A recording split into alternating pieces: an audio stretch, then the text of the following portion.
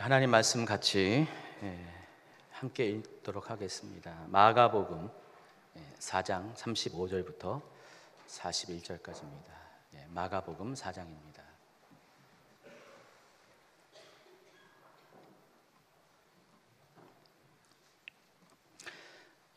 다 찾으셨죠? 원래 여기 나오지만 제가 성경 찾을 수 있는 시간을 줍니다. 같이 있습니다. 그날 저물 때 제자들에게 이르시되 우리가 저편으로 건너가자 하시니 그들이 무리를 떠나 예수를 배에 계신 그대로 모시고 가매 다른 배들도 함께 하더니 큰 강풍이 일어나며 물결이 배에 부딪혀 들어와 배에 가득하게 되었더라.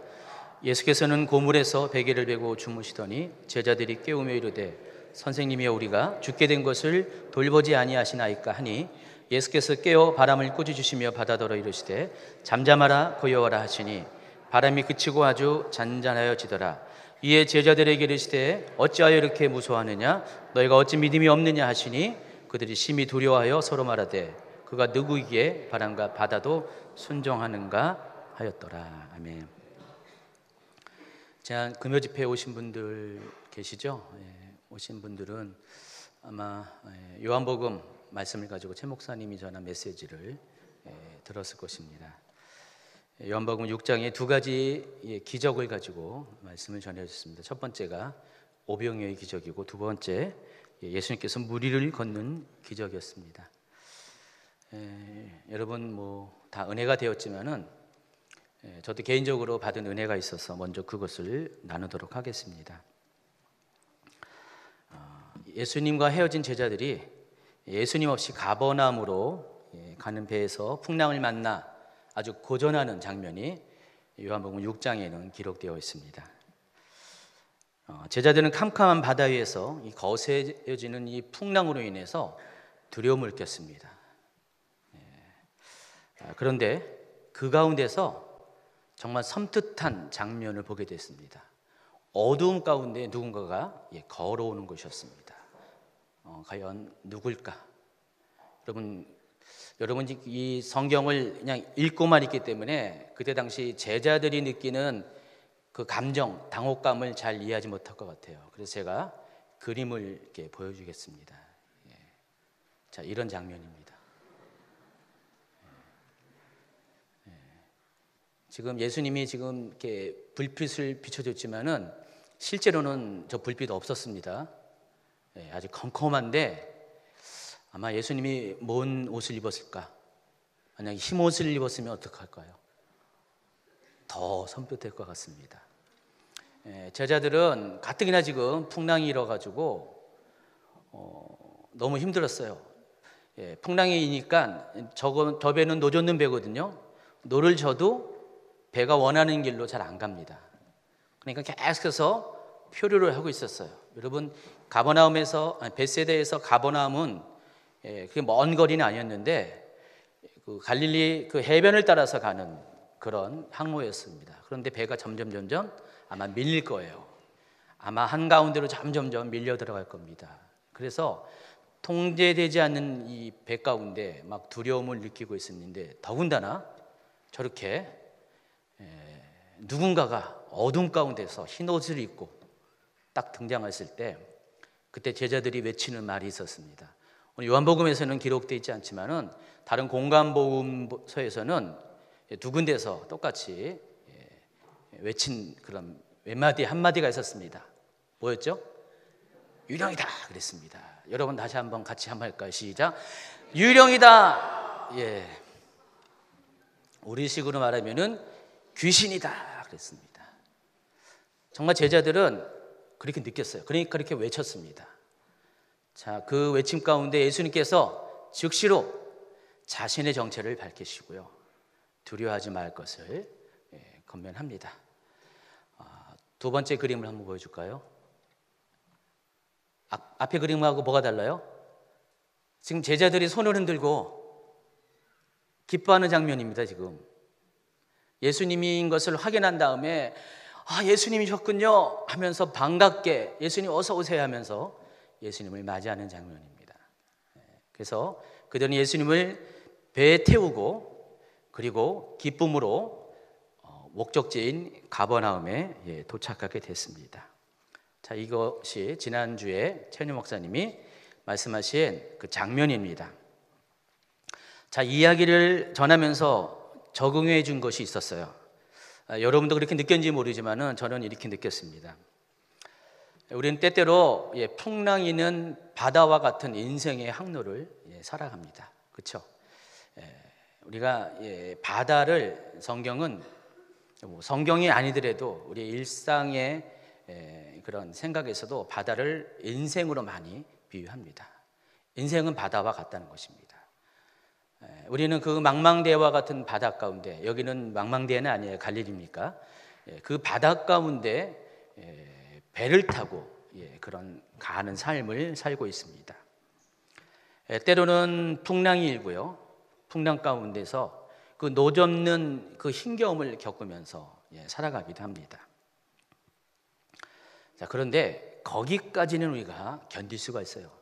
그런데 예수님이 오늘 등장한 것처럼 정말 우리의 삶 가운데 정말 충격적인 일들을 경험할 때가 많이 있습니다. 바로 유령을 만나듯이, 귀신을 만나듯이 정말 감당할 수 없는 멘붕에 이를 정도까지 우리의 인생이 무너질 수밖에 없는 그런 충격적인 사건들을 경험할 때가 있습니다. 모든 것이 다 포기하고 모든 것이 다 무너지는 바로 그때, 실은 그때야말로 누구를 만날 순간입니까?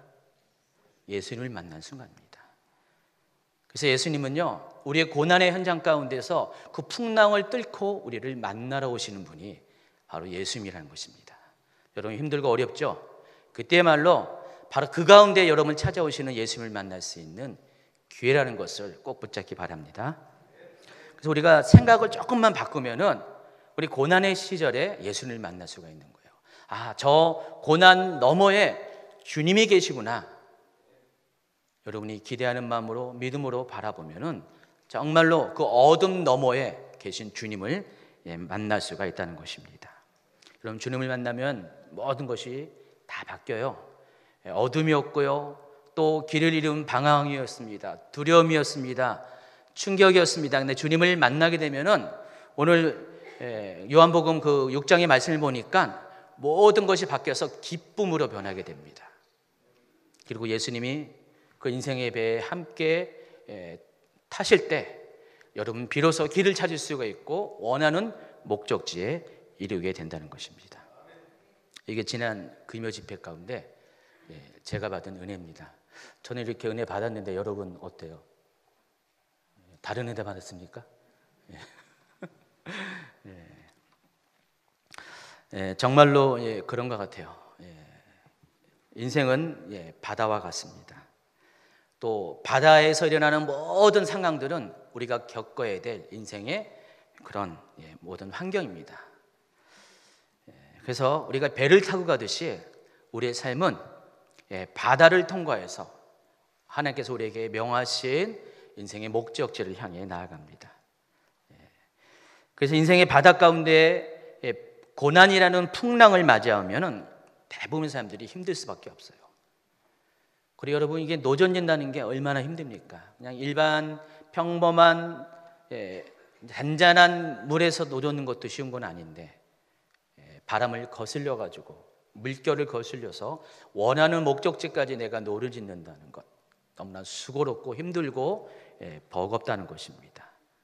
더군다나 유령과 같은, 귀신과 같은 너무나 충격적인 어떤 환경과 사건을 만나게 되면은 더 이상 버틸 힘이 없어지는 것이 우리의 모습이라는 것입니다. 자, 그런 삶을 지금도 겪고 계신 분이 있을 거예요. 혹시 지금 이 시간에 두려움보다 더 센 유령을 만난 것 같은 멘붕의 상황에 빠진 분 계십니까? 근데 여러분 우리 인생 가운데 그렇게 살 수밖에 없고 그런 상황을 맞이할 수밖에 없는 원리가 있어요. 영적인 이유가 있습니다. 오늘 요한복음의 6장 말씀에 보면은 자세히 살펴보면은 여러분 놀라운 사진 하나 발견할 수가 있습니다. 그 배에 누가 없었죠? 예수님이 없기 때문에 그렇습니다. 여러분의 인생의 배에 예수님이 없으면은 여러분 그렇게 고난 당할 수밖에 없어요. 표류할 수밖에 없는 삶을 살 수밖에 없습니다. 두려워할 수밖에 없는 삶을 살 수밖에, 무너질 수밖에 없는 삶을 살게 된다는 것입니다. 그러므로 여러분, 놓치지 말아야 될 것은 다른 건 다 못 태워드려도요, 예수님만은 꼭 여러분의 인생의 배에 함께 태우도록 하셔야 됩니다. 그리하면은 두려움이 변하여 기쁨이 되고 표류하던 인생이 길을 찾게 됩니다. 오늘 말씀에서도요, 또다시 제자들이 갈릴리 바다에서 풍랑으로 인해서 고난을 당하는 이야기가 등장합니다. 그런데 이 이야기는 요한복음에는 없어요. 공간복음에만 있습니다. 요한복음 6장에 무리를 걸으시는 예수님의 이야기는 사복음서 모두에 있지만은 오늘 본문 마가복음 4장의 이야기는 공간복음서 3군데는 있고요, 요한복음에는 기록되지 않은 말씀입니다. 제가 원래 이제 금요일 날 이 말씀을 본문으로 딱 잡았는데 최은야 목사님이 저녁 때 요한복음의 무리를 걷는 이야기를 설교를 했어요. 근데 제가 그 설교를 딱 들으니까 아직 설교 준비는 안 했어요. 제가 본문하고 제목만 딱 잡아놓고 주보 때문에 이제 보냈는데, 그리고 나서 그 설교를 딱 들었는데 오늘 제가 전하고자 하는 메시지하고 연결이 되는 것이에요. 누가 부부가 아니랄까 봐. 그렇죠? 연결이 되는 거예요. 그래서 제가 받은 은혜를 먼저 여러분에게 나누었습니다. 은혜 나누려고 하는 것이 목적이 아니라 오늘 말씀과 지난주 금요일 날 말씀이 서로 연결되기 때문에 제가 먼저 이야기를 했던 것입니다. 그래서 오늘 이 마가복음 4장에 있는 말씀을 다른 공간복음서의 말씀과 비교해서 한번 다시 읽어보도록 하겠습니다. 우리 마태복음 8장 23절부터 27절까지 말씀입니다.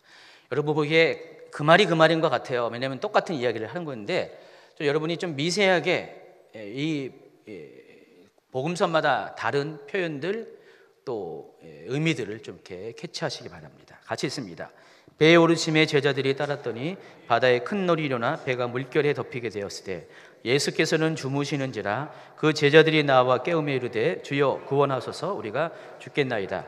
예수께서 이르시되 어찌하여 무서워하느냐 믿음이 작은 자들아 하시고 곧 일어나사 바람과 바다를 꾸짖으시니 아주 잔잔하게 되거늘 그 사람들이 놀랍게 여겨 이르되 이가 어떠한 사람에게 바람과 바다도 순종하는가 하더라. 마태복음을 보면은 굉장히 예수님이 자상하시고요, 그리고 제자들에게 많은 배려를 베푸시는 그런 모습을 볼 수가 있습니다. 이번에는 누가복음 8장 22절부터 25절까지입니다. 같이 읽습니다. 하느는 제자들과 함께 배에 오르사 그들에게 이르시되 호수 저편으로 건너가자 하시매 이에 떠나 행선할 때 예수께서 잠이 드셨으니 마침 광풍이 호수로 내리침에 배에 물이 가득하게 되어 위태한지라. 제자들이 나와 깨어 이르되 주여 주여 우리가 죽겠나이다 한데 예수께서 잠을 깨사 바람과 물결을 끄주시니 이에 그쳐 잔잔하여지더라.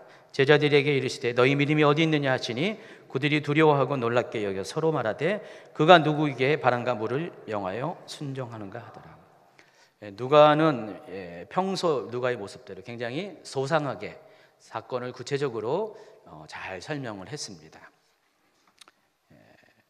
마태복음, 이 누가복음이 실은 마가복음보다 장수는 길어요. 근데도 이 부분에 있어서는 더 짧습니다. 다시 한번 마가복음 4장을 오늘 본문인데 한 번 더 읽어보겠습니다. 4장 35절 시작. 그날 저물 때 제자들에게 이르시되 우리가 저편으로 건너가자 하시니 그들이 무리를 떠나 예수를 배에 계신 그대로 모시고 가매 다른 배들도 함께 하더니 큰 광풍이 일어나며 물결이 배에 부딪혀 들어와 배에 가득하게 되었더라.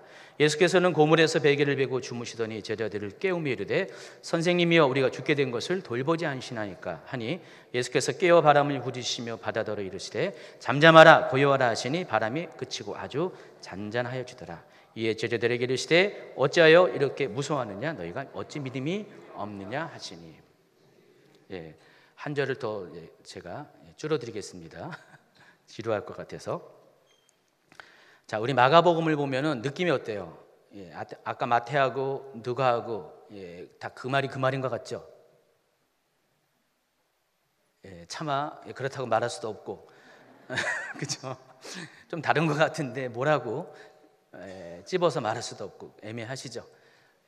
근데 제 눈에는 좀 많이 달라요. 특별히 이 마가복음의 이야기를 잘 보면은 38절에 그래요. 제자들이 깨우며 이르되 선생님이여 우리가 죽게 된 것을 돌보지 아시나이까. 다른 복음서에서는 그냥 이렇게까지 예수님에게 말하지 않아요. 근데 이 마가복음은 예수님에게 아주 리얼하게 말을 합니다. 예수님 어찌하여 왜 우리의 아픔을 돌보지 않습니까? 왜 우리가 이렇게 위험한 상황 가운데 잠만 주무시고 계시지 않습니까? 이렇게 예수님에게 따뜻이 말을 하고 있다는 것입니다. 우리가 이 세 가지 복음서가 서로 같은 이야기를 하고 있지만은 약간 뉘앙스가 다릅니다. 그래서 제가 다시 한번 전체적으로 이것을 통합시켜 가지고 전체적인 스토리를 한번 재구성을 해 드리겠습니다. 어느 날 저물 때 예수님께서 제자들에게 갈릴리 바다 건너편으로 배를 타고 가자고 명하십니다. 제자들은 순종해서 예수님을 모시고 배에 승선합니다. 요한복음의 상황과 뭐가 다를까요? 요한복음에서는 예수님이 안 계셨다 그랬죠? 근데 여기서는 예수님이 계셨어요. 그리고 이들의 항로도 그들 스스로가 결정한 것이 아니라 예수님이 결정해 주셨고 제자들은 단지 예수님을 순종해서 따를 뿐이었습니다. 자, 얼마 되지 않아서 예수님은 배에서 깊은 잠이 드십니다. 갑자기 갈릴리 바다에 광풍이 몰아칩니다. 앞서 요한복음에서 그냥 거기는 조금 이는 파도 정도였지만은 여기는 아예 광풍이 불었습니다. 누가복음 기록에 보니까 마침 광풍이 호수로 내리쳤다 그랬습니다. 이 말은 뭐예요? 바람이 위에서부터 호수로 내리쳤다는 것입니다. 그만큼 센 바람이에요. 여러분 광풍을 이제 한글 표현하면 뭐죠? 미친 바람. 미친 바람이 지금 호수로 내리친 거예요. 그러니 얼마나 풍랑이 크게 일어날까요? 물결이 거세집니다. 그리고 순식간에 제자들이 타던 배에 물이 가득 차게 됩니다. 정말로 위급한 상황이 왔어요. 곧 배가 침몰할 수밖에 없는 그런 상황이 왔습니다. 제자들은 두려움을 느꼈습니다. 요한복음에서의 그 두려움보다 훨씬 비교할 수 없는 큰 두려움이 느꼈고 이제는 죽음에 대한 공포가 왔습니다. 그래서 잠자고 계시는 예수님을 흔들어 깨웁니다. 예수님, 예수님, 지금 뭐 하고 계세요? 빨리 일어나세요. 우리가 죽겠습니다. 우리가 곧 배가 침몰할 것 같습니다. 어찌하여 우리의 어려움을 그냥 잠자코 보고만 계십니까? 예수님을 막 깨웁니다. 예수님이 일어나십니다. 그리고 곧바로 하신 게 뭐였죠? 제자들하고 대화를 하십니까? 아닙니다. 대화는 좀 이따 하시고 그 전에 곧바로 하는 것이 그 위급한 상황을 잠재우십니다. 그래서 파도에게 명합니다. 바람에게 명합니다. 잠잠하라, 고요하라. 예수님의 그 말씀 한마디에 즉시로 바람이 잠잠해지고 파도가 고요해집니다. 그리고 비로소 예수님이 제자들에게 말씀하십니다. 어찌하여 무서워하느냐? 믿음이 작은 자들아, 너의 믿음이 어디 있느냐? 자, 이게 공감목소 3개를 종합해서 재구성한 오늘 말씀이 나오는 사건의 스토리입니다. 저는 이 말씀을 보면서 요한복음과 이 마가복음이 저절로 비교가 됩니다. 똑같이 제자들은 인생의 바다 가운데 배를 타고 나아갑니다. 마치 여러분이 그렇게 인생을 바다와 같은 인생을 배를 타고 가는 것과 똑같습니다. 여러분, 바다는 여러분이 살아갈 모든 인생의 환경을 말하는 것이에요. 모든 여러분을 둘러싼 환경을 말합니다. 그리고 배는 뭘까요? 바로 인생 그 자체를 말하는 것이죠. 그래서 여러분은 그 여러분을 둘러싼 모든 환경 가운데 배를 타고 목적지를 정해서 여러분이 인생을 출발을 합니다. 바로 그러한 공통점이 있다는 것입니다. 요한복음에도 그렇고 이 마가복음에도 그렇고 해필이면은 배가 출발한 시간이 저물 때예요. 어두울 때예요. 이왕이면은 낮에 출발해도 되는데 그러지 못했습니다. 그 이유는 예수님께서 지금 낮 동안 바쁜 사역을 마치고 밤 시간을 이용해서 다른 곳으로 이동할 수밖에 없는 상황이 되기 때문에 그렇다는 것입니다. 어쨌든 날이 저물 때 배가 출발했고 똑같이 풍랑을 만나게 됐고 똑같이 제자들은 풍랑으로 인해서 고난당하고 두려움에 빠지게 됐습니다. 자, 근데 요한복음과 마가복음의 차이가 뭐죠? 요한복음에서는 그 배에 예수님이 없었다. 마가복음에서는 그 배에 예수님이 처음부터 함께 타고 있었다. 그 중요한 차이가 있습니다. 또 배의 항로도 요한복음에서는 제자들 스스로가 정해서 가는 거였고 마가복음에서는 예수님께서 정하신 항로를 따라서 배가 움직였습니다. 똑같이 풍랑이 일었습니다. 그러나 마가복음에서의 풍랑은 요한복음의 풍랑보다 규모 면에서 엄청나게 컸습니다. 하늘에서 미친 바람이 광풍이 내리꽂을 정도로 그렇게 거친 그런 환경이었습니다. 그로 인해 제자들은 죽음의 공포를 느꼈습니다. 그래서 주무시고 계시는 예수님을 흔들어 깨워서 어찌하여 우리 죽게 된 것을 돌보지 않습니까? 라고 말을 했습니다. 저는 이 말씀을 보면서 아주 중요한 교훈을 생각해 봤습니다. 두 가지 교훈인데 첫 번째 요한복음과 관련됩니다. 요한복음의 그 물을 걷는 기적을 행하는 사건과 관련돼서 사람의 인생의 배에 예수님이 타고 계시냐 안 타고 계시냐 풍랑을 만날 때 우리의 삶에 있어서 굉장히 이것은 결정적인 중요한 요소라는 것을 깨닫게 되었습니다. 사람의 인생 가운데 예수님이 함께하지 않으면은 여러분의 인생의 배에 예수님이 함께 동선하지 않는다면은 그 자체가 고통입니다. 여러분 스스로 인생의 노를 힘겹게 겪지만은 풍랑이 여러분의 삶을 가만둡니까? 아닙니다. 늘 환경은 여러분을 자꾸만 시험하고요 넘어뜨리고 어렵게 한다는 것입니다. 풍랑이 조금 세게 일어도 어떻게 해요? 배가 방향을 잃어버립니다. 그러니까 여러분이 원하는 대로 갈 수가 없어요. 그게 인생이라는 것입니다. 결국은 심하면 배가 파손당합니다. 인생이 그렇다는 것이에요. 그래서 예수님 없는 인생은 늘 두려움이 있고요. 늘 막막함이 있고요. 늘 길을 잃어버리는 그런 안타까움이 있다는 것입니다. 그래서 여러분이 길을 잃지 않으려면 고난 가운데 무너지지 않으려면 여러분의 인생에 반드시 예수님을 초청하셔야 됩니다. 이미 여러분 예수님 초청하셨죠? 혹시 예수님을 초청하지 않으신 분이 계시면은 지금 빨리 예수님 오셔요. 그리고 내 배에 함께 같이 동행하십시오라고 요청을 하셔야 됩니다. 만약 여러분 요청하지 않으면은 풍랑이 셀 때 충격적인 어떤 그런 사건이 올 때 예수님이 또 여러분을 만나기 위해서 찾아오시기도 합니다. 근데 그때까지는 가지 마시고요. 미리 처음부터 함께 예수님과 함께 출발하는 그런 지혜로운 사람이 되기를 축원합니다. 이번에는 마가복음입니다. 마가복음이 요한복음과 차이는 두 가지 사건의 차이는 처음부터 예수님과 함께 출발을 했다는 것입니다.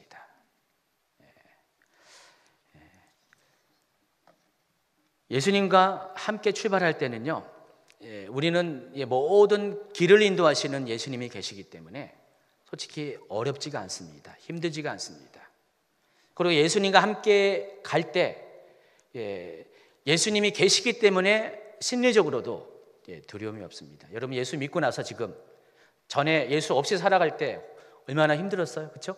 마음이 불안했잖아요. 근데 지금 예수님과 함께 같은 배를 타고 갈 때 심리적으로 안정이 되고요. 실제적으로 예수님이 나를 도우시고 있다는 것들을 많이 인식하면서 느끼고 살아가고 있죠.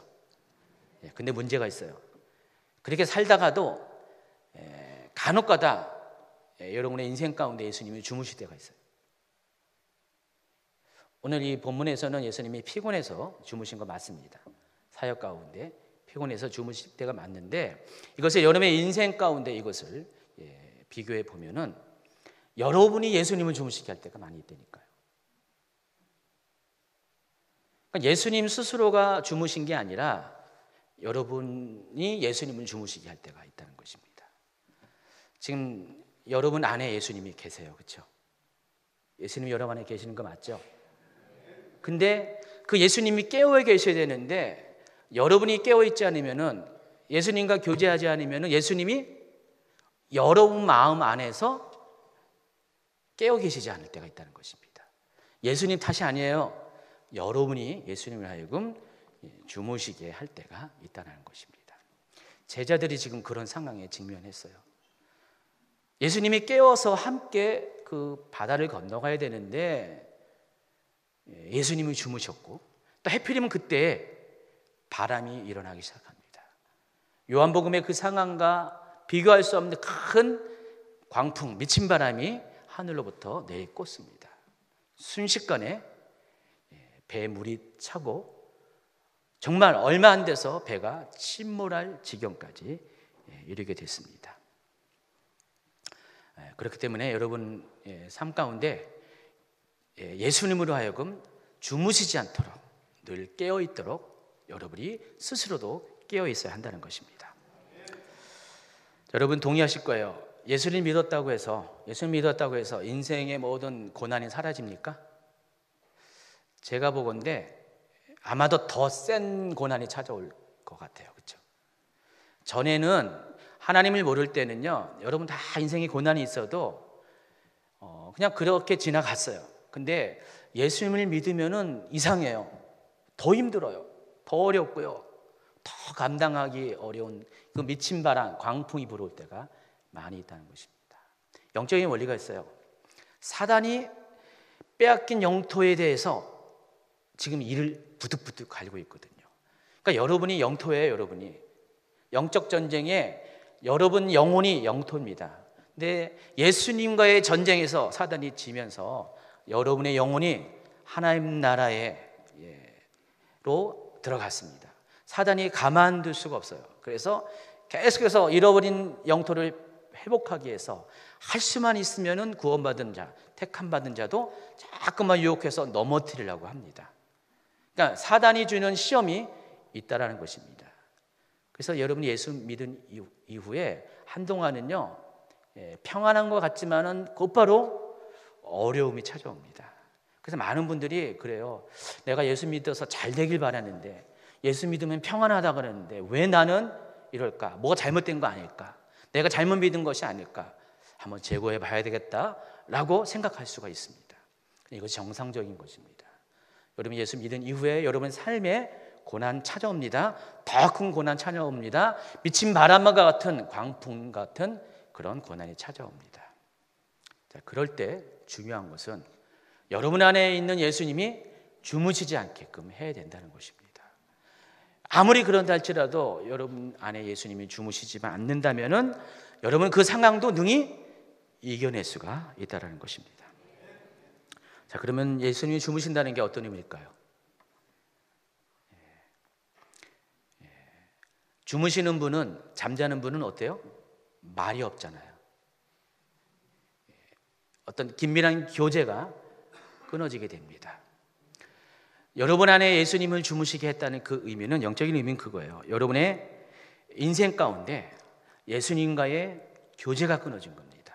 소통이 끊어진 겁니다. 대화가 끊어진 상태를 말합니다. 그래서 어느 날 여러분과 예수님과의 관계에 있어서 모든 것들이 잠잠해요. 아무런 대화도 없어요. 아무런 감동도 없어요. 모든 것이 다 들리지도 않고 아무런 느낌도 없다. 그럼 여러분 안에 예수님이 지금 주무시고 계시다는 것입니다. 지금 여러분 안에 들어와 계신 건 맞는데, 여러분의 인생 가운데 지금 같이 계신 건 맞는데 지금 주무시고 계시다는 거예요. 만약 그렇다면은 광풍이 불기 전에 빨리 속히 예수님을 깨워야 된다는 것입니다. 시험이 찾아오기 전에 예수님을 깨워서, 깨운다는 것은 여러분이 예수님 앞에 다시 나아가는 거예요. 주님의 이름을 부르면서 주님과 대화를 시도하면서 주님과 친밀한 교제를 다시 회복하면서 주님으로 하여금 주무시지 못하게 하는 것, 그렇게 해야 된다는 것입니다. 이사야 62장 6절과 7절에 이런 말씀이 있어요. 한번 같이 읽어볼까요?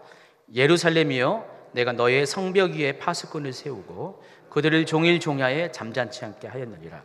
너희 여호와로 기억하게 하신 자들아, 너희는 쉬지 말며 또 여호와께서 예루살렘을 세워 세상에서 찬송을 받게 하시기까지 그로 쉬지 못하시게 하라. 이건 중보기도와 관련된 그런 가르침인데, 파수꾼은, 성벽의 파수꾼은 뭐죠? 중보기도자를 말합니다. 그런데 중보기도자가 해야 될 것은, 성벽의 파수꾼이 해야 될 것은 종일 종야를 잠자지 않고 계속 깨어서 쉬지 않는 사람입니다. 여기 보니까 너희 여호와로 기억하게 하시는 자들아. 그러니까 계속해서 중보기도자의 역할은 그거예요. 하나님과 계속해서 대화하는 사람이에요. 하나님께 계속해서 여러분의 필요를 따라 구하고요, 중보를 요청하는 사람입니다. 그리하면은 뒷절에 보면은 7절 후반부에 뭐라고 했어요? 그로 쉬지 못하시게 하라 했어요. 그러니까 여러분이 계속 쉬지 않으면은 하나님도 쉬지 않으신다는 것이죠. 근데 여러분이 쉬면 어떻게 돼요? 하나님도 쉬세요. 하나님은 일을 하고 싶어도 여러분이 일하지 않으면 하나님도 일하지 않으신다는 것입니다. 이게 영적인 원리라는 것입니다. 그래서 여러분 인생 가운데서도 똑같아요. 이것이 적용돼야 됩니다. 하나님으로 여러분의 인생 가운데 쉬지 않게끔 하셔야 된다는 것입니다. 하나님이 계속 여러분과 대화하고 여러분을 주목하고 여러분의 관심 갖고 여러분의 일거수일투족을 계속 지켜보도록 그렇게 만들라는 것입니다. 그런데 우리가 때로 하나님을 그렇게 못할 때가 있다는 것입니다. 하나님으로 하여금 모든 것들을 다 끊으시고 주무시게 할 때가 있다는 것입니다. 여러분, 하나님 탓이 절대 아니라 예수님으로 주무시게 한 것은 바로 누구 탓? 여러분 탓. 뭐 때문에? 여러분이 기도하지 않았기 때문에. 예수님과의 계속 친밀한 교제를 놓쳐버리게 되면은 예수님이 주무시게 되는 상황에 이르게 된다는 것입니다. 마태복음 6장 13절에 이런 말씀이 있습니다. 우리를 시험에 들게 하지 마시옵고 다만 악에서 구하시옵소서. 예수님은 우리에게 주기도문을 가르쳐 주시면서 특별히 시험과 관련돼서 두 가지를 동시에 할 것을 요청하십니다. 첫째, 시험에 빠지지 않도록 미리 기도하라는 것이죠. 두 번째, 혹 시험에 빠졌다면 그 악에서 건져낼 것을 요청하라는 것입니다. 만일 여러분이 예수님을 주무시게 함으로 인해서 여러분이 시험에 빠지게 될 수가 있어요. 실제로 그것을 악에 빠졌다고 오늘 이렇게 말씀은 마태복음 6장 13절 말씀은 설명하는 것입니다. 여기에 여러분이 악에 빠져 있다면은요, 그때 주님을 다시 깨우셔야 한다는 것입니다. 우리가 시험 당할 때 많은 분들이 자기가 그것을 해결하려고 노력을 많이 해요. 막 어려움이 닥치면은 자기 방법으로 이것들을 해결하려고 계산을 많이 합니다. 최 목사님이 지난 금요일 날 그 무리를 걷는 기적 바로 전에 오병이어의 기적을 여러분 소개했죠. 소개하면서 예수님께서 제자들을 시험하고자, 먼저 빌립을 시험하고자 뭐라고 했습니까? 이 5천 명이 있는데 어떻게 이들을 먹일 수 있느냐. 그때 빌립이 뭐라고 그랬죠? 순식간에 계산을 한 거예요. 빌립이 제가 보기에 IQ가 적어도 한 140, 50은 된 것 같아요. 순식간에 돈 계산을 쫙 한 거예요. 그 몇 초 상간에. 그래서 예수님, 약 200데나리온 정도, 최소한 그 정도 되면 이 무리들을 먹일 수 있습니다. 200데나리온은 2천만 원 정도 됩니다. 그 정도면은 이 무리를 먹일 수 있습니다. 계산하는 거예요. 1인당 얼마 딱 계산해가지고 몇 명 곱하니까 이렇게 됩니다. 순식간에. 근데 실은 우리도 그래요. 우리에게 어려움이 닥치고 문제가 생기면은 빨리 계산합니다. 머리가 좋은 사람일수록 계산이 빨라요. 그래서 이렇게 하면 될 거야. 이렇게 하면 될 거야. 요거 문제 생겼죠. 이렇게 메꾸면 될 거예요. 돈을 이렇게 돌려가지고 빌려가지고 이렇게 해가지고 막 회전시켜가지고 이렇게 해가지고 하면은 이렇게 될 거야. 여러분 그러지 않습니까? 저는 옛날에 주로 그랬는데 제가 옛날에 머리가 참 좋았어요. 그래가지고 그냥 탁탁탁탁 바로바로 그냥 계산을 해가지고 그렇게 할 때가 많이 있습니다. 근데 어느 날부터 머리가 나빠지기 시작해가지고요. 계산이 안 돼요. 실제로 그런다니까요. 제가 제 자랑을 좀 자랑질을 하겠습니다. 어릴 때 초등학교 들어가기 전에 제가 암살을 하는데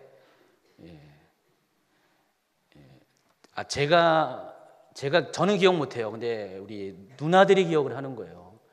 네가 어떤지 알아 하면서 맨날 이렇게 얘기했거든요. 누나들이 이제 저를 데리고 수십만 단위의 그 숫자를 놓고 암산을 시키는 거예요. 몇십 몇만 몇천 몇백 뭐 더하기 뭐 나중엔 빼기 하면은 제가 척척척척 했었대요. 오, 대단하죠? 그러면 뭐 합니까?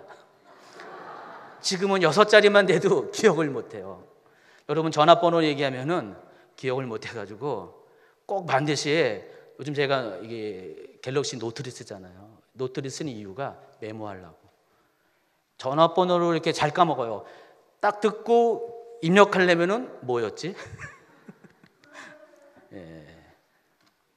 근데 너무 좋아요.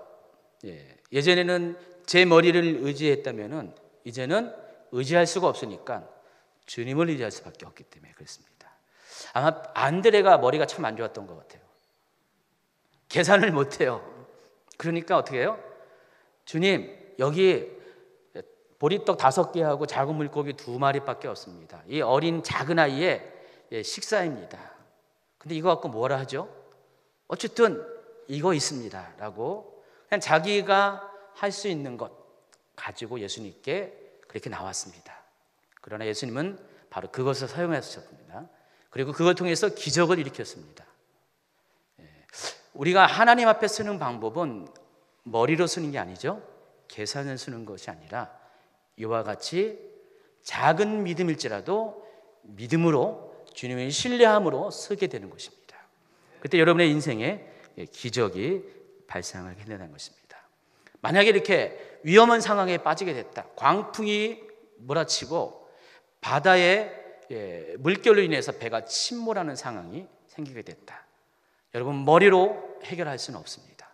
여러분의 힘으로 능력으로 해결할 수가 없습니다. 어느 누구도 도와줄 수가 없다는 것입니다. 그때는 여러분이 할 수 있는 것, 유일한 것, 그리고 반드시 그렇게 해야 되는 것을 하셔야 됩니다. 이미 여러분의 인생 가운데 예수님이 들어와 계셨기 때문에 그때 빨리 예수님을 흔들어 깨우세요. 막 흔들어 깨우세요. 예수님 일어나세요. 속히 일어나세요. 나를 도와주세요. 왜 제가 죽게 된 것을 돌아보지 않습니까? 그렇게 간절히 간청하면서 예수님 앞에 반응해야 한다는 것입니다. 시편 44편 한번 22절부터 26절까지 읽어보도록 하겠습니다. 우리가 종일 주를 위하여 죽임을 당하게 되며 도살할 양같이 여김을 받았나이다. 주여 깨소서 어찌하여 주무시나이까? 일어나시고 우리를 영원히 버리지 마소서. 어찌하여 주의 얼굴을 가리시고 우리의 고난과 압제를 잊으시나이까? 우리의 영혼은 진토 속에 파묻히고 우리 몸은 땅에 붙었나이다. 일어나 우리를 도우소서. 주의 인자하심으로 말미암아 우리를 구원하소서. 23절에 보니까 오늘 본문 말씀과 비슷한 표현이 있죠. 주여 깨소서 어찌하여 주무시나이까? 실은 오늘 마가복음의 상황이 그 제자들에게 일어난 특별한 상황만은 아니라는 것입니다. 모든 사람이 이와 동일한 상황을 경험할 수가 있어요. 여러분 이 시편은 150개의 시가 여기 담겨져 있죠. 시편 안에.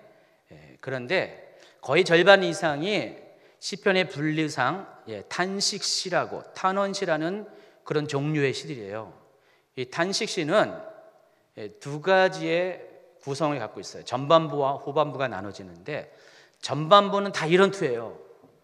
하나님 어찌하여, 하나님 왜, 하나님 언제까지, 영어로 표시하면은 why, 하나님 왜, 또 how long, 언제까지. 실제적으로 그 영어 성경을 보면은 이 단어들이 많이 눈에 띈다니까요. 탄식시의 특징은 그거예요. 하나님 왜 나를 이렇게 버리십니까? 왜 나를 이런 상태에 두십니까? 왜 나의 어려움을 돌보지 않습니까? 하나님 정말 살아계신 거 맞습니까? 하나님 나를 사랑하는 거 맞습니까? 막 그런 하소연, 그런 원망, 부르짖음, 탄식이 실려져 있다는 것입니다. 근데 후반부를 가면은요, 상황이, 분위기가 확 바뀌어버려요. 하나님을 찬양하고요, 감사하는 내용으로 다 바뀌어버립니다. 근데 여러분, 이 시편의 저자 중에서 가장 유명한 사람이 누구죠? 다윗이죠. 다윗은 어떤 사람이에요? 하나님 앞에 온유하고 충성된 사람이고 하나님 마음에 합한 사람, 하나님 마음을 시원케 한 사람 맞죠? 근데 다윗도 이 시를 엄청 많이 썼다니까요. 계속해서 다윗 하나님께 부르짖습니다. 다윗 역시 그런 상황 가운데 하나님을 자꾸만 깨우는 그런 삶을 살았다는 것입니다. 여러분이 다윗보다 좀 나을까요? 저는 다윗의 발뒤꿈치도 잡을 수 없는 믿음이 적은 사람입니다. 온전치 못하는데 다윗도 그랬다면은 여러분도 그래야 되지 않을까요? 왜냐하면은 다윗은 그렇게 하나님을 부르짖어서 하나님을 찾음으로 인해서, 주무시는 예수님을 깨움으로 인해서 예수님으로부터 구원을 받았기 때문에 그렇습니다. 여러분, 힘들고 어려울 때, 말하면 여러분이 삶 가운데 악에 빠졌다, 시험에 들었다, 어떤 위험한 상황 가운데, 도저히 헤어나올 수 없는 상황 가운데, 위급한 상황 가운데 이미 놓여졌다. 처음부터 그러지 않으면 좋겠지만 만약에 그렇게 됐다, 그때는 예수님을 흔들어 깨우시기 바랍니다. 저 예수님, 저 뭐 말을 못하지 그러지 마시고요, 그냥 당차게 예수님 일어나세요. 예수님 나를 도와주세요. 내가 죽게 된 것을 돌아보지 않습니까? 라고 그렇게 하시라는 것입니다. 이게 믿음 있는 사람이라는 것입니다. 여러분이 만약 예수님을 깨우시면 예수님은 즉시로 일어나십니다. 그리고 곧바로 그 상황들을 잠재우신다는 것입니다. 예수님은요, 여러분이 어떻게 하든 간에 예수님은 여러분에게 따지지 않으세요. 제일 먼저 하시는 것은 여러분의 위급한 상황에서 먼저 건져주시는 일을 하신다는 것입니다. 예수님이 일어나시기만 하면은, 여러분을 위해서 깨어나시기만 하면 모든 것이 그치게 됩니다. 잠잠게 됩니다. 그래서 여러분이 악에 빠진 상황에서 해야 될 것은 예수님의 이름을 부르는 것입니다. 예수님을 깨우는 것입니다. 여러분 안에 잠자고 계시는 그 예수님을 다시 이렇게 세워야 한다는 것입니다. 자, 근데 한 가지는 여러분 각오하시기 바랍니다. 자, 예수님이 다 상황을 다 종료시킨 다음에 이렇게 말씀하세요. 이에 제자들에게 이르시되 40절, 어찌하여 이렇게 무서워하느냐? 너희가 어찌 믿음이 없느냐? 여러분, 제자들의 행동은 분명히 믿음이 없는 행동이었던 거 맞죠? 제자들이 이런 상황에 앞서서 예수님과의 친밀한 교제를 통해서 예수님을 하여금 여러분의 인생 가운데, 그들의 인생 가운데 잠재우지 않게 했어야 돼요. 그게 믿음이었어요. 지금 예수님은 상황을 다 종료시키자마자 곧바로 그 부분을 지적을 했다는 것입니다. 너희 믿음이 어디 있냐? 믿음이 적은 자들아. 여러분, 믿음은 어떻게 생겨납니까? 물론 예수님을 영접함으로써, 또 예수님에 대한 말씀을 들음으로써 마음으로 믿음이 생기는 거죠. 자, 그런데 믿음은 그것으로 그치는 것이 아니라, 믿음은 계속해서 하나님과의, 예수님과의 관계를 통해서 성장하는 것이에요. 옛날에 이런 찬양이 아니라 이런 유행가가 있습니다. 눈에서 멀어지면 마음에서 멀어진다. 저는 이게 찬양인 줄 알았어요, 예전에. 머릿속에 맴돌아서 보니까 유행가였더라고요. 유행가에도 진리가 있어요. 그렇죠? 눈에서 멀어지면은 마음에서도 멀어져요. 몸이 떨어져 있으면은 마음도 떨어집니다. 아주 너무나도 사랑하는 부부가 있습니다. 항상 붙어 다녔는데 어느 날 무슨 사정으로 인해서 떨어져 살게 됩니다. 그런 거 있잖아요. 지방으로 남편이 근무지가 바뀌어가지고 한 달, 두 달, 1년, 2년, 3년, 4년 막 이렇게 떨어져가지고 한 10년이 지나면서 계속 살았어요. 어느 날 같이 살게 돼요. 그러면은 어떤 부부가 얘기하더라고요. 전에는 참 친밀했는데 그런 상황이 다 정리돼가지고 다시 부부가 합쳐서 살게 됐는데 남편이 얼마나 서먹한지 전에는 여보 막 그랬는데 이제는 저기요. 혹시 그런 경험이 있는 분 계세요? 전에는 굉장히 친밀했는데 눈에서 멀어지니까 몸이 멀어지니까 어떻게 돼요? 다 모든 것들이 서먹서먹해져요. 여러분 예수님과의 관계도 그렇습니다. 전에는 예수님과 친밀해가지고요 예수님과 정말 모든 대화를 나누고요 정말 예수님과 화평한 삶을 살았어요. 문제가 있으면 어떻게 해요? 예수님께 곧바로 얘기했잖아요. 예수님께 얘기하면 예수님이 곧바로 해결해 주고요. 또 여러분의 마음속에 힘든 것들도 예수님이 위로해 주고 평강을 다시 회복시켜 주고. 근데 한동안 여러분도 모르게 예수님을 떨어뜨렸어요. 예수님은 늘 여러분을 향해서 손을 내밀고 계시지만은 여러분이 이제 문제입니다. 항상 갑자기 여자가 들어가죠. 제가 무슨 말을 하려고 하는지 상상하지 마시기 바랍니다. 자제가 여러분입니다. 여자가 문제가 아니라 여러분 문제. 그래서 우리가 그렇게 우리 스스로가 예수님을 떠나보내게 할 때가 많이 있습니다. 물론 예수님이 떠나간 건 아니죠. 근데 우리 마음에서 예수님을 떠나보내게 될 때가 많이 있는데 그런 상태를 오래 두면은 정말 예수님과 서먹서먹해져요. 그래서 예수님을 못 불러요. 그래서 아까 그 부부가 그런 것처럼 예수님에 대해서 저기요, 글쎄 말이에요 하면서 말은 못하고 예수님께 당당히 나아가지 못합니다. 바로 기도 생활이 그렇다는 것이에요. 여러분이 기도 안 하잖아요. 예수님을 계속 꾸준히 교제하지 않으면은 한 1년 기도하셨다가 기도해 보세요. 어떻게 기도한지를 다 까먹고요. 어떻게 예수님을 불러야 될지를 몰라요. 전에는 기도의 자리에 딱 앉으면은 그냥 예수님이 확 느껴지고요. 그 은혜가 쫙 여러분을 이렇게 덮는데 기도 자리에 딱 앉아도 너무 서먹한 거예요. 너무 맹맹한 거예요. 어떻게 말할 수도 없고요. 힘들어요. 바로 그 상태는 여러분 안에 예수님이 지금 주무시고 계시다는 것입니다. 만약에 그런 상태에서 풍랑이 일어나 보세요. 큰일 납니다. 가뜩이나 예수님이 함께 가는 가정 가운데서도 늘 풍랑이 찾아오는데 예수님을 잠재우는 상황 가운데 풍랑이 찾아오면 너무나 힘들게 된다는 것입니다. 믿음은요 계속 예수님과의 교제 가운데 자라가고 성장하는 것입니다. 깊어지는 것입니다. 완성되는 것입니다. 요거 하나만 말씀드리고 마치겠습니다. 시편 121편 1절부터 4절까지 같이 있습니다. 내가 산을 향하여 눈을 들리라. 나의 도움이 어디서 올까? 나의 도움은 천지를 지으신 여호와에게서로다. 여호와께서 너를 실족하지 아니하게 하시며 너를 지키시는 이가 졸지 아니하시리로다. 이스라엘을 지키시는 이는 졸지도 아니하시고 주무시지도 아니하시리로다. 여기 보니까 여러분을 지키시는 하나님은 졸지 아니하시고 주무시지도 아니하신다 그랬습니다. 맞죠? 근데 조건이 있어요. 한 가지 조건이 맞을 때 여러분이 산을 향하여 눈을 들 때 그렇다는 것입니다. 그러니까 산을 향하여 눈을 들 때 졸지도 아니하시고 주무시지도 아니하시는 예수님을 바라볼 수가 있다는 것입니다. 여기서 산은 예루살렘에 있는 시온산, 예루살렘 성전이 있는 그 산을 가리킵니다.